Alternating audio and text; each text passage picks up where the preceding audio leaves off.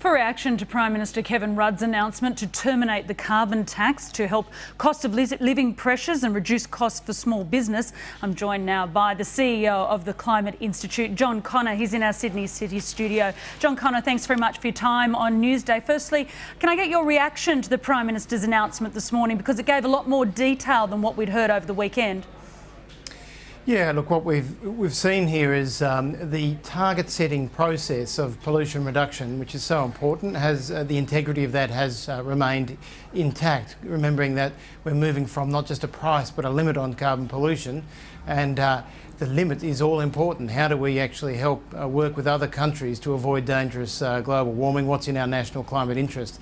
The integrity of that process has remained.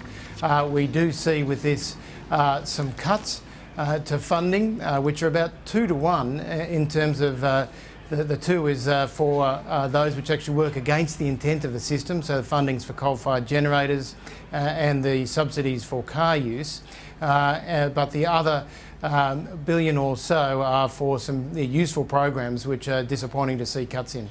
Yeah, those useful programs, have you been able to take a look at some of the detail of those, and just reportedly saving $500 million, I believe?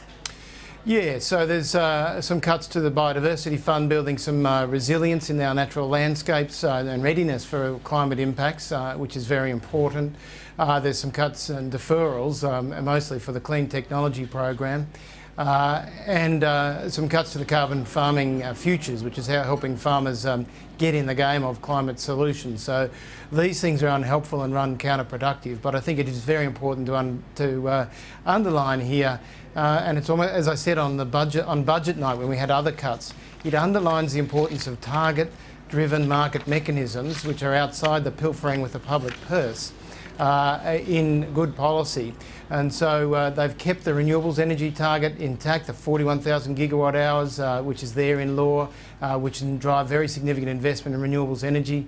And they've kept the integrity of the target setting there, but we still need ambition and leadership when we come to the crunch and the decisions around those targets. Do you think we're seeing ambition and leadership? Did you catch much of what the opposition leader has had to say with regards to saying that Kevin Rudd is not the Terminator, he's the exaggerated, this is just a change of name? I know normally you don't like to get involved too much in the argy-bargy back and forth. Well, as John Connor, I know a thing about Terminators, I guess, but look, this is bringing forward by a year the limit on pollution. It is a cost of living change in the year of 14-15, otherwise the settings are pretty similar. For us, the important thing is, how does that actually help us get in the game of ambition and helping the world avoid dangerous warming, which is so important for Australia, but also very important, how do we be competitive in the emerging low-carbon global economy when you've got, in the US, Obama chucking the regulatory kitchen sink at these issues because he'd dearly love to have a carbon market, and you've got carbon markets emerging everywhere from China to South Korea, joining those in places like California and Quebec, as well as Europe. Perhaps not a coincidence, I'm not sure, but your Climate of the Nation 2013 research is out today, which benchmarks public attitudes from last year, and it's showing that a growing number of Australians actually support a carbon tax. Yeah, having a little trouble hearing you, but our Climate of the Nation research has shown a broadening of engagement with climate issues from last year. So 12 months ago, everything about climate change was forced through the prism of the carbon tax.